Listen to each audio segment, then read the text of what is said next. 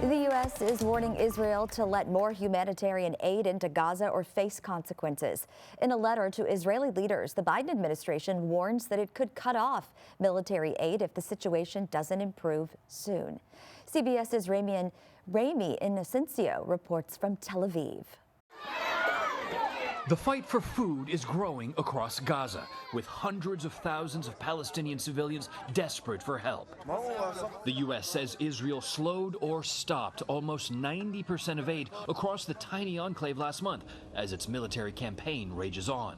Everything is stacked against us at this point. It's an absolute horror day after day. The Israel Defense Forces released video showing aid trucks rolling into northern Gaza Wednesday, saying they are filled with food, water, medical supplies, and shelter equipment.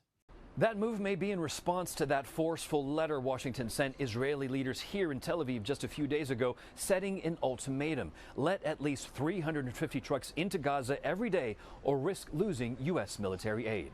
It's possible to get humanitarian assistance into Gaza. We know it can be done. We know that the various logistical and bureaucratic obstacles can be surmounted. Humanitarian groups say aid is at its lowest level in months, with dire shortages of fuel, medications, and blood for hospitals. Israel's bombing raids have forced the closure of medical centers, shelters, and even bakeries. U.S. officials say Israel has 1 month to lift restrictions and improve the humanitarian situation or risk losing weapons from their biggest ally and supplier.